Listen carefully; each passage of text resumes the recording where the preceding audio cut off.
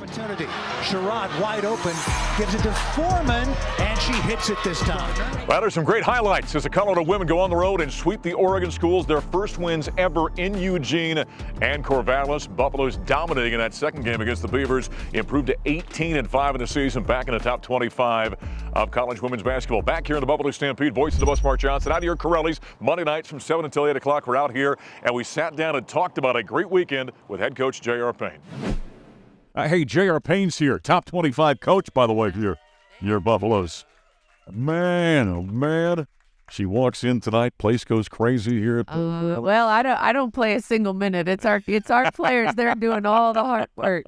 Great wins, though. The Buffaloes on Friday night go into Eugene to knock off the Ducks 63-53, and then knock off Oregon State yesterday 67-48. Defense was fantastic. Just the second win you've had at Oregon State, is that right? The first win. So Friday night at Oregon, first time we'd ever won at Oregon. Okay. Then Sunday, first time we'd ever won in Corvallis. So great weekend. It was a great weekend, yeah. And yesterday, I mean, Jerry, that win over the Beavers yesterday, that was dominating.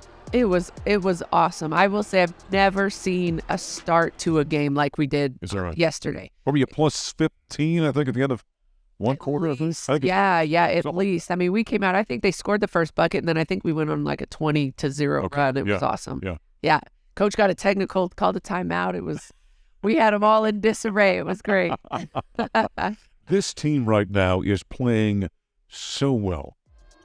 It's got to be everybody knock on wood. Exactly. Knock on wood. Right. Yeah. But you got to have a blast just coaching this team right now the way they're playing. It has been really fun. In fact, some games, sometimes you win and after I'm like, that was just so exhausting.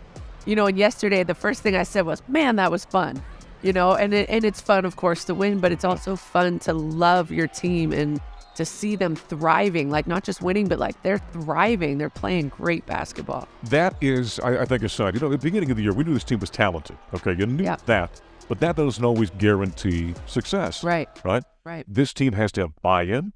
They've got to understand system. They got to be sacrificial. Are you seeing all those kind of things? Everything you just said. I mean, we have incredible young women on the floor. Like they are great teammates. They're great people. They celebrate, like genuinely celebrate each other's success, and they just want to win. And so we're seeing that, almost on a daily basis, just competitive spirit, good, hard practices. Like they just really want to win. Your 2-point guards played very well yesterday, didn't they? Yeah, they've been exceptional. I mean, Kendall Wetta's just a sophomore and she plays with the headiness of a true veteran, like a senior point guard.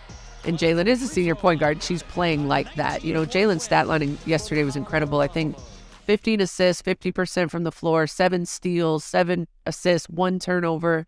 I mean, truly like leading this ball club. In college basketball, I've always said, is a guard game, right? Yeah. It really is. And so when you've got that happening, I mean, that's an enormous step in the right direction in and of itself. Yeah, and not just the play, but the leadership and the accountability. The other day, we told those two, because they guard each other every day, and they're our 2 most competitive players. And we said, you guys need to guard somebody else. Like they're giving each other these incredible reps, and they're getting after it. And we're like, you need to guard somebody else and pull somebody else along. So, they've been awesome. But with that, they're making each other better. Right, yeah. And so it's hard to keep either one of them off the floor for very long. I mentioned mid-season honors for Quinn Miller. She came out as one of the finalists for the Leslie. Lisa Leslie. Lisa Leslie. Yeah. I mean, so Quay is one of the most humble young women. She didn't even want to talk about it. I heard the announcers asking her about it. And she said, I'm just blessed to be a part of, the team.